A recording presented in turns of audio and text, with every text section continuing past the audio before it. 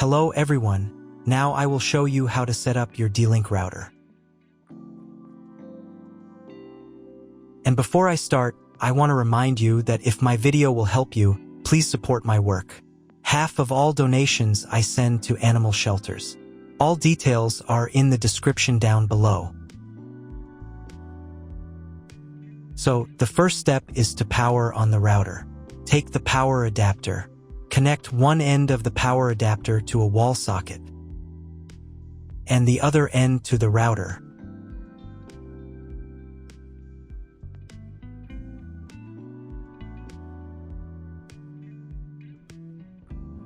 Then press the power button.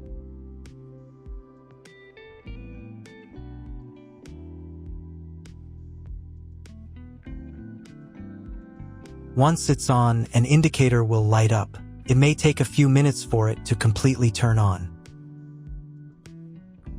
Next, connect the cable from your broadband provider or from your modem to a special internet port. This port is often called WAN and is usually a different color.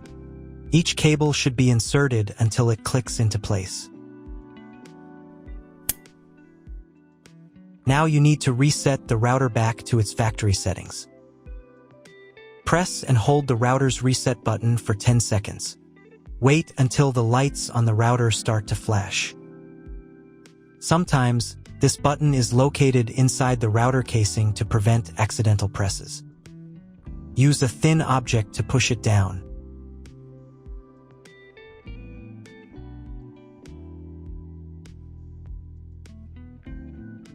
The router will restart, and all the settings will go back to their original factory settings. Plug one end of the Ethernet cable provided with the router into an Ethernet port.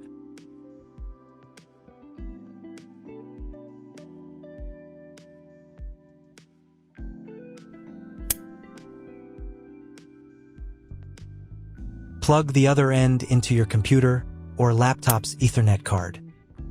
Please wait a few minutes for connection. Great, the router is now connected to your computer. Now you will need to set it up. But before we begin, I will demonstrate an alternative way to connect the router if you don't have an Ethernet cable or your computer doesn't have an Ethernet port. Just connect the router to the power adapter and the cable from your internet provider. This will enable Wi-Fi. If the router is new and has never been configured, the Wi-Fi network will be named as your router. Your router has a unique Wi-Fi network name and password that is printed on a label. Connect to it. Great, you've connected to the router. Now let's start setting it up.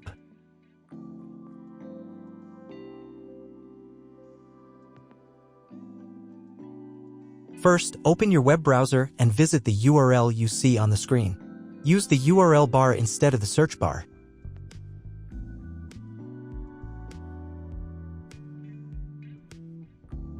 At the beginning, you will see a form with a login and password. Usually, it is admin and admin.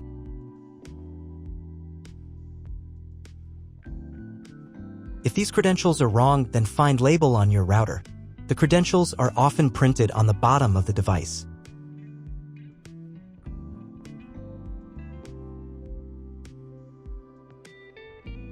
If none of this works, it means that your router has already been configured and someone has changed the login and password. If you can't find out the login credentials, just reset the router to factory settings. And then log into the router's personal cabinet using the standard credentials. If your router settings do not look like mine, it means that your router has a different firmware. I made a video for every firmware type. You can find all the links in the description down below. I want to warn you right away that there are many firmware versions and they may differ slightly. But don't worry, you will succeed. Just watch the video and follow the instructions. First, you need to change the default password for the router's admin panel.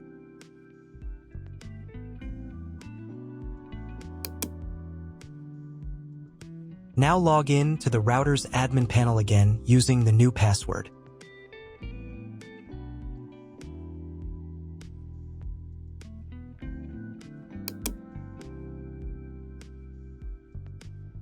Here, you can change the router interface language.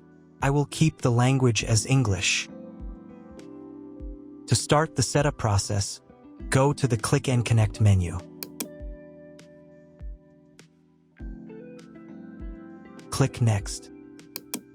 On the next page, select your internet provider. From the provider drop-down list, select your country and operator if you are going to configure a 3G network connection, or leave the manual value if you are going to configure a WAN connection of another type or want to specify all settings for your 3G WAN connection manually. Click Next. On the next page, select connection type. You can find it in the contract with your internet provider. If you're not sure what your connection type is, choose this one. It's the most common option. Click Next. Enter the connection name. This is not your Wi-Fi network name, so you can leave it unchanged. Click Next. On the next page, you can check the settings. In most cases, they should match mine except for the MAC address. Click the Apply button. Wait a few minutes while the router checks the settings. After the check, click Next.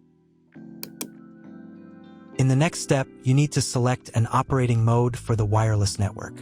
Choose access point. Click Next. Then enter the name of the access point. This will be the name of your Wi-Fi network. Click Next. On the next page, you need to set a password for your Wi-Fi network. In Network Authentication, select Protected and enter your password. The password must be at least 8 characters long. Click Next. Do the same for the 5G Wi-Fi access point if your router supports it. On the final page, you'll see all your Wi-Fi network details. Check them and save the settings. If you were connected to the router via Wi-Fi, reconnect to the network. If your ISP provides a service to IPTV, you can connect a set-top box directly to the router without using additional equipment. If you are not going to use IPTV, click Skip to Next. Click Apply to confirm the settings. Next, you need to reboot the router. To do this, select Save and Reboot.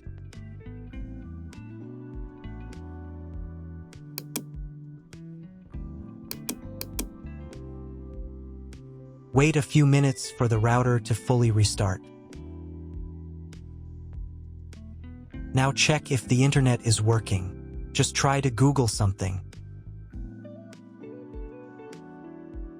If there's no internet at this stage, call your internet provider. They will tell you your connection type and what other settings need to be configured. That's all. If my video was useful, please support my work. I send half of all donations to animal shelters. All the details are in the description below.